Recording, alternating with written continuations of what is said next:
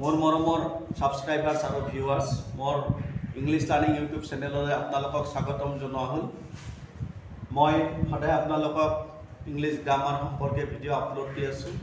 So মোৰ বিষয়বস্তু হ'ল ভইচ অৰ্থাৎ ইংলিছৰ এটা গুৰুত্বপূৰ্ণ টপিক ভইচ চেঞ্জ মই আলোচনা কৰি আছোঁ। মই বৰ্ডত টপিকটোৰ টাইটেল লিখিছোঁ।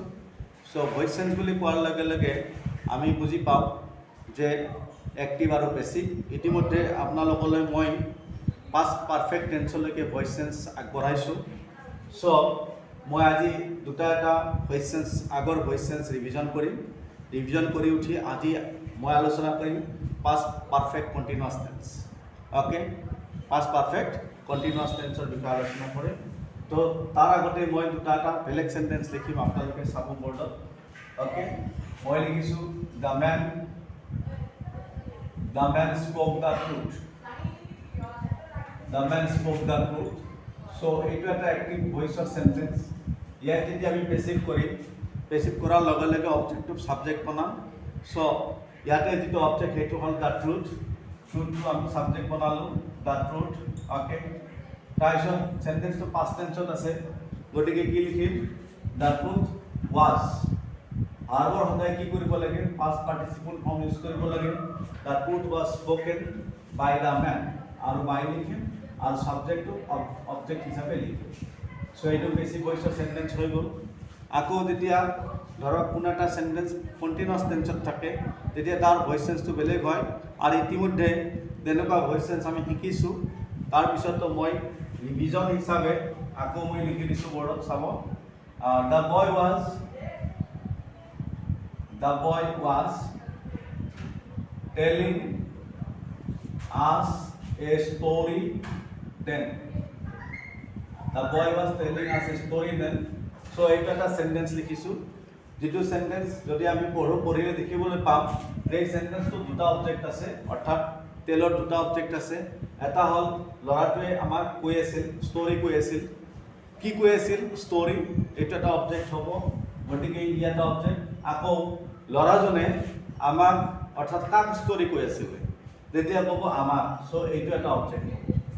গতিকে ইয়াৰ যিকোনো এটা অবজেক্ট আমি সাবজেক্ট হিচাপে লৈ ইয়াক পেসিভ কৰিব পাৰোঁ বা ইয়াৰ দুটা পেসিভ ফৰ্ম আমি লিখিব পাৰোঁ, দুবাৰকে লিখিব পাৰোঁ। কাৰণ যেহেতু দুটা অবজেক্ট আছে মানে এবাৰত এটা অবজেক্ট ধৰিম সাবজেক্ট হিচাপে ল'ম আৰু এটা অবজেক্ট হিচাপে থাকিব। তেনেকুৱা ৰৈ থকা অবজেক্টক ৰিটেন অবজেক্ট বুলি কোৱা হয়। মই আপোনালোকক আগতেও কৈছোঁ। সো এবাৰ আকৌ কৈ দিলোঁ। ইয়াতে যেটো ধৰক ওয়াজ আস আছে, ইয়াক সাবজেক্ট কৰিলোঁ। সাবজেক্ট কৰাৰ লগে লগে উই হৈ গ'ল। আৰু যেহেতু এইটো পাষ্ট কন্টিনিউয়াস আছে গতিকে উই লগ কি আহিব? উই উইল। তাৰপিছত আইএনজি থাকিলে আপোনালোকে জানে যে আইএনজি থাকিলে সদায় বিং লিখিব লাগে। কি লিখিব লাগে? বিং লিখিব লাগে। So will being. তাৰপিছত ভাৰ্বৰ সদায় কি লিখিব লাগিব? Past participle form. সো টেলৰ পাষ্ট পাৰ্টিচিপল কি? Tell, told, told. So we were being told a story. ইয়াতে এ স্টোরিটো অবজেক্ট আছে, এই অবজেক্ট হিচাপে থাকিল। আৰু এনেকুৱা অবজেক্টক কি বুলি কোৱা হয়? ৰিটেইনড অবজেক্ট বুলি কোৱা হয়। ন কি অবজেক্ট বুলি ক'ব? মই আগতেও দিছিলোঁ লিখি, আজিও হয়তো দিলে আপোনালোকৰ কনফিউজন ক্লিয়াৰ হ'ব। ৰিটেইনড অবজেক্ট বুলি কোৱা হয়, অৰ্থাৎ ৰৈ থকা অবজেক্ট। ওকে, এবাৰ এই ষ্টৰিটো কি? ৰিটেইনড অবজেক্ট হৈ গ'ল। তাৰপিছত আমি কি লিখিম? বাই লিখিম। ওকে, বাই লিখিম। So we were being told a story by the boy. তাৰপিছত সাবজেক্টটো অবজেক্ট হিচাপে লিখিম। by the boy then. by the boy then. নিশ্চয় আপোনালোকে বুজি পাইছে। কিন্তু এই সেন্টেন্সটোক আৰু এবাৰ আমি পেসিভ কৰিব পাৰোঁ। আৰু এবাৰ পেসিভ কৰিলে আমি এই ষ্টৰিটো আগত আনিম, সাবজেক্ট হিচাপে ল'ম।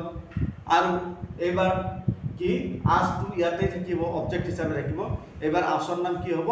ৰিটেইনড অবজেক্ট হৈ যাব। অৰ্থাৎ যেহেতু মানে বেলেগ ৰৈ থাকিব, ই ৰৈ থকাৰ কাৰণে ইয়াৰ নাম ৰিটেইনড অবজেক্ট হৈ যাব। সো এবাৰ এই ষ্টৰিটো আগত আনিলোঁ। এই ষ্টৰি গতিকে আগৰ নিচিনা এই ষ্টৰিৰ লগত কিন্তু কি ওয়াজ আহিব, কাৰণ ষ্টৰিটো হ'ল third person singular number. Plural ফৰ্মত কি আহে? উইৰ আহে।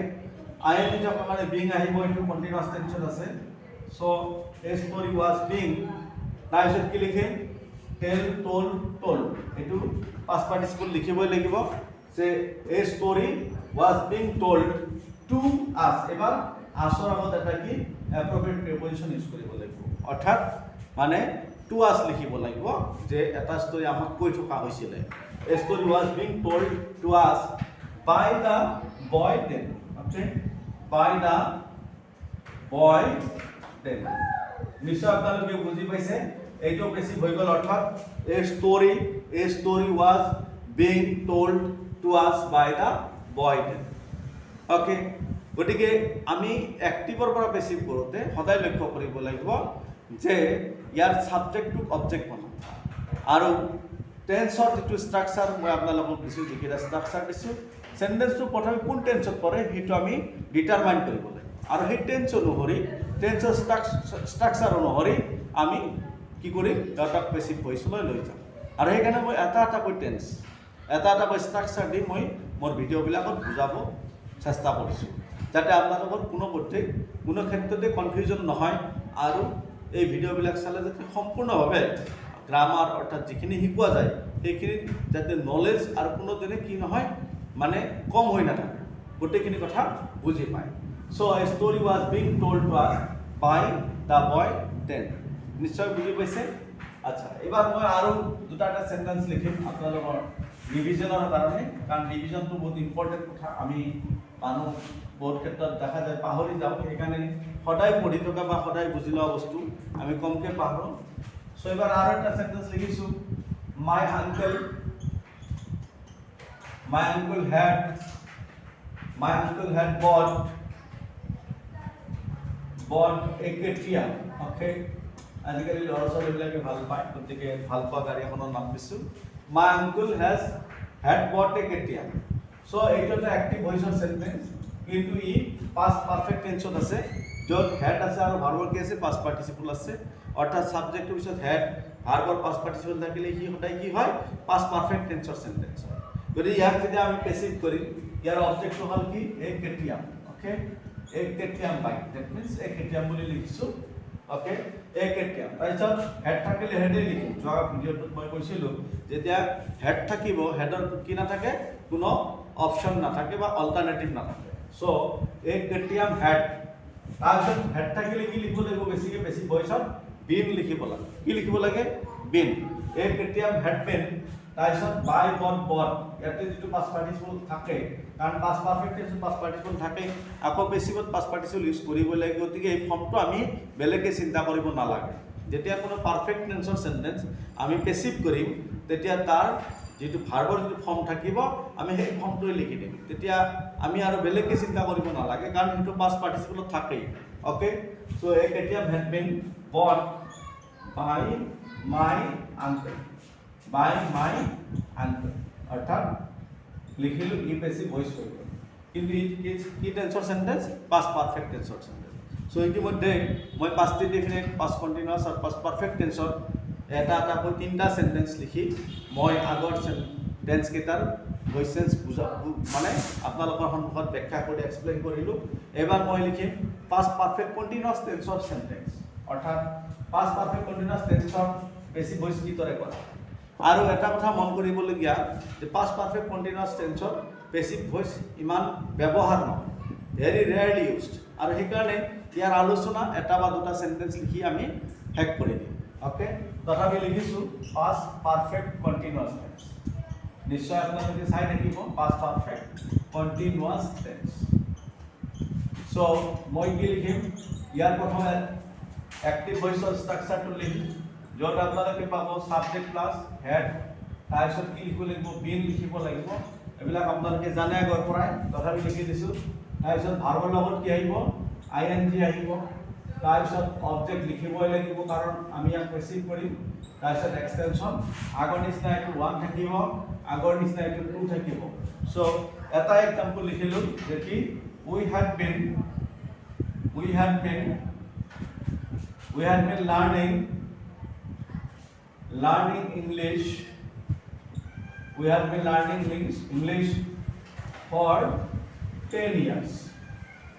10 বছৰ ধৰি আমি ইংৰাজী শিকি আছিলো সো এটা এটা পাস্ট পাৰফেক্ট কন্টিনিউয়াস টেন্সৰ সেন্টেন্স ইয়াক যদি আমি পেসিভ ভয়েস কৰিম তেতিয়া কি লিখিব লাগিব সাবজেক্ট এই 2 নম্বৰ অবজেক্টটো আগে এটা সাবজেক্ট হ'ব সো সাবজেক্ট তাৰপিছত কি লিখিম হেড আছে লিখিলো বিন আছে লিখিলো পেসিভ হোৱাৰ কাৰণে যেতিয়া ভাৰ্বৰ লগত আইএনজি থাকে তেতিয়া সদায় পেসিভ ভয়েসত বিং লিখিব লাগে অৰ্থাৎ B E I N G okay এটুকুৰ কাৰণে আহিল ভাৰ্বৰ লগত আইএনজি থকা কাৰণে So subject had been being তাৰপিছত কি past participle form আহিব of the main verb তাৰপিছত by লিখিম by পিছত কি প্ৰথম যেটো সাবজেক্ট হিচাপে লিখিছো তাক অবজেক্ট হিচাপে লিখিব লাগিব সো এইটো নাম্বাৰ 1 আৰু যদি কিবা কিবি থাকে এক্সটেনশনত লিখিব লাগিব সো এইটো স্ট্ৰাকচাৰত কি কৰা যায় আমাৰ past perfect continuous tense voice change কৰা হয় আৰু এটা एग्जांपल মই বোর্ডত লিখিছো আপোনালোকে দেখিছে we had been learning english for 10 years so এই সেন্টেন্সৰ অবজেক্ট কি নিশ্চয় ইংলিশ আৰ ইয়াক সাবজেক্ট হিসাবে আগত আনিলো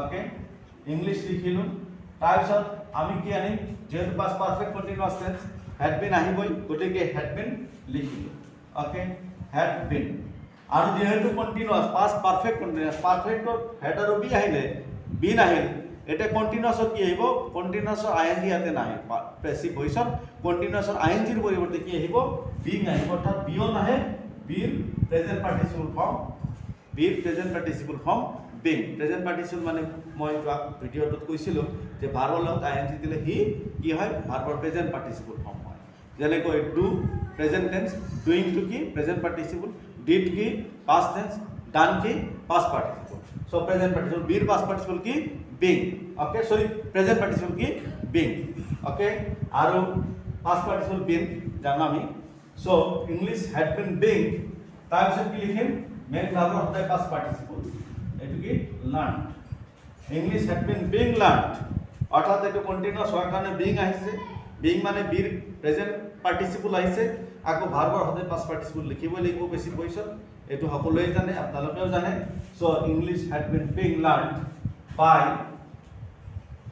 by us for 10 years okay এটো ওই আছে কারণে আস হৈ গল for 10 years সো নিশ্চয় আপোনালোকে বুজি পাইছে past perfect tense perfect continuous টেন্সত অ্যাক্টিভ আৰু প্যাসিভ ভয়েস আমি কিদৰে কৰিব পাৰো সো এই টেন্সত প্যাসিভ ভয়েস পৰীক্ষাত বা সাধাৰণতে কোনো টেষ্টত নাহে খুব কম পৰিমাণে ইউজ হয় বা আমি যেতিয়া লিখো অৰ্থাৎ ৰাইটিং স্কিলত যেতিয়া আমি আমাৰ ভাববিলাক ব্যক্ত কৰোঁ তেতিয়াও এই টেন্সৰ প্যাসিভ ফর্ম মানে ইউজ নহয় কিন্তু আমি শিকিব লাগিব যেহেতু চ্যাপ্টার এটা শিকি আছো যদি সম্পূৰ্ণকৈ নিশিকিলে আমাৰ নিজৰে ভাল নালাগিব সো মই ভাবো আজি ভিডিওটো মই এইখিনিতে শেষ কৰিম কাৰণ আৰু আগবাঢ়ি নাযাওঁ আমি কমকৈ শিকিলে বেছি ভালকৈ শিকিব পাৰিম সো এনেকুৱা ভিডিও আপোনালোকে মানে বহুত পাই থাকিব ইনশাআল্লাহ গতিকে নিশ্চয় ভিডিওবিলাক চাই মোক উৎসাহিত কৰাৰ কাৰণে আপোনালোক সদায়